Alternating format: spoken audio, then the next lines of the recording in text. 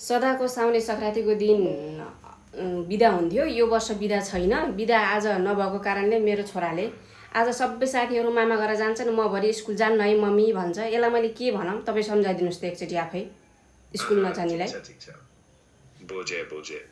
यस्तो बेला बच्चालाई अलिक गाह्रो पर्छ किनकि साथीहरू गएपछि ऊ पनि जान मन गर्छ। तर स्कुल जानु जरुरी छ भने एक दिनको कुरालाई लिएर पढाइमा असर पर्न नदिनु राम्रो।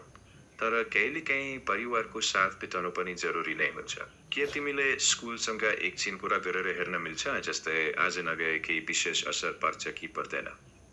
पर्छ, त्यो त पढाइ त घाटा लाग्छ त फेरि आफूलाई, कोर्स अगाडि गइहाल्छ नि। हो नि। त्यसैले यदि पढाइ र स्कुलको नियम कडा छ भने आज स्कुल जानु नै ठिक होला। तर यदि सालखाला मात्र जाने हो र छुट्टीको खासै ठुलो नियम छैन भने कहिलेकाहीँ एक दिनको छुट्टी मिलाएर परिवारसँग समय बिताउँदा पनि ठुलो हानि हुँदैन। कसो लाग्छ? के गर्दा तिमीहरूको लागि सन्तुलित र ठिक निर्णय होला? परिवारमा त कोही पनि हुँदैन नि, यो कोसँग बसेर रमाइलो गर्ने हो र? सबै आफ्नो आफ्नो काममा जान्छन्, ऊ एक्लै घर बस्ने रे। त्यस्तो छ। ओहो, त्यसो भए त के त्यस्तै बेला उसलाई अलि एक्लोपन महसुस हुन्छ जस्तो छ है?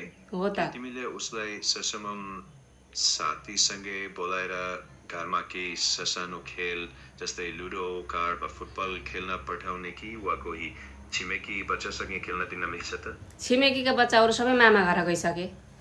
ए, त त्यस्तो बेला तिमी आफैले उसलाई केही रमाइलो गराउन मिल्छ त?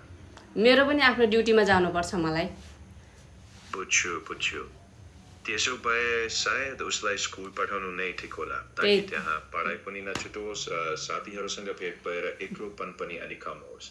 अनि छुट्टीको दिन वा बेलुका तिमी फुर्सदमा हुँदा दुवैजना मिलेर केही सानो रमाइलो गर्न सकिन्छ। के भन्छौ? ओके, ठिक छ ल। हुन्छ।